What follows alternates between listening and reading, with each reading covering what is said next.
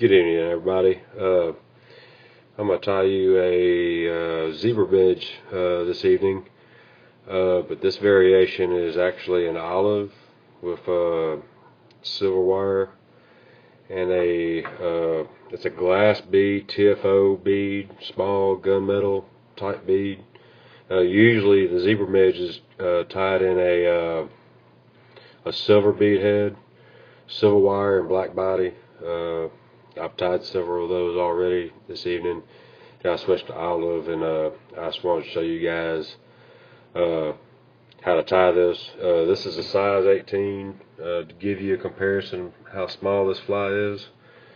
This is a size 8 fly.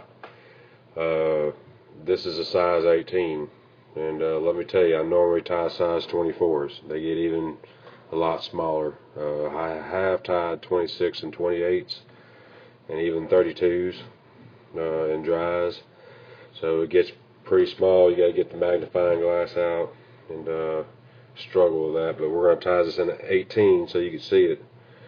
I've already threaded a bead head on here, so it does take a little time. Use some small pliers, and it'll help you save a little time. It does take practice. So after I get the bead on, I'm gonna run a thread base down. This is actually a pretty easy tie. It's not long and complicated, but the hard thing about these flies is that they're just small. So you have to watch that and practice it. After I get my thread base down, I'm gonna take my wire. I'm gonna cut a length of it. Now I'm going to lay this on top of the shaft, and this is what makes it easier if you would just loose wrap this, and I spiraled that all the way to the top, okay? So that makes it a little easier to do that, and then I can tight wrap all the way down. This thread I'm using is like a 6/0 thread. It's a very thin thread. It breaks very easily. So you gotta be careful. I'm gonna push this wire down around that curve, make it a little easier on my thread so I don't break it. That's how thin it is. And I'm gonna work that all the way halfway around the curve there.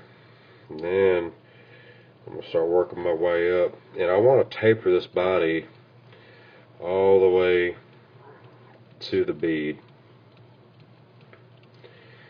So I'm gonna continue running runs. Now when I work the run back to the back of the fly, I get there shorter and shorter and shorter because I want that to be the thinnest part of the fly, and the bead side of the fly, or the head of the fly, I want it to be the thickest. So I'm just going to work it back and forth, being careful with this thread. Don't go too thick. This isn't a made-up fly. If you've ever trout fished, you can take a little seine, like a cloth or a fine net, and you could drag the bottom of these trout rivers, and you could actually see these midges. They're even smaller, so they get pretty microscopic. So now I'm going to take my silver wire. I'm simply just going to wrap this around the hook shank, even spirals going all the way to the head. And then once I get it to this bead, I'm going to pull it off to the side, and I'm going to put about 3 wraps of thread on that to hold it down. Now remember, don't pull on this tight, okay, because this thread is very delicate. And I don't use my scissors to cut this off. It'll wear your scissors down, so I just break it off like that.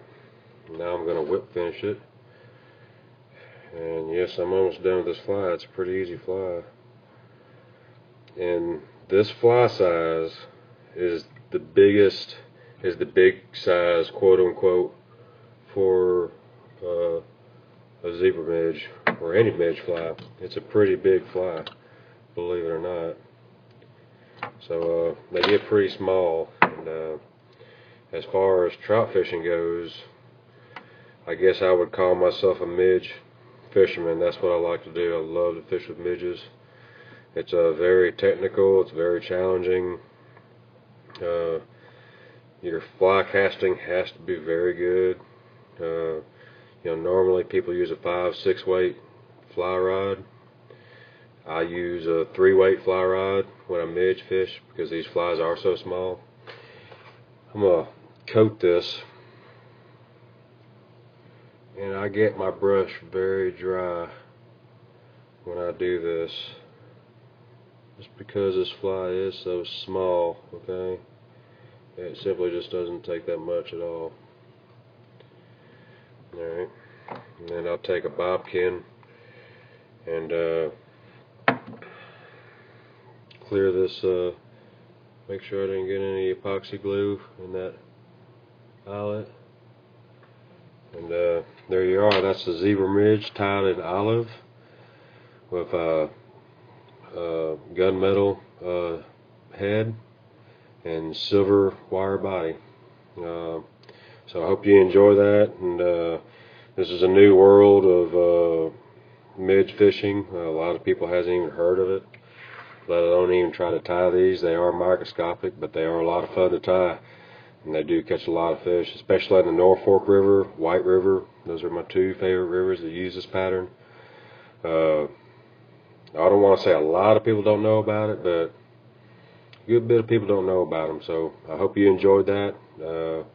Tight fly lines, and I'll see you again next time.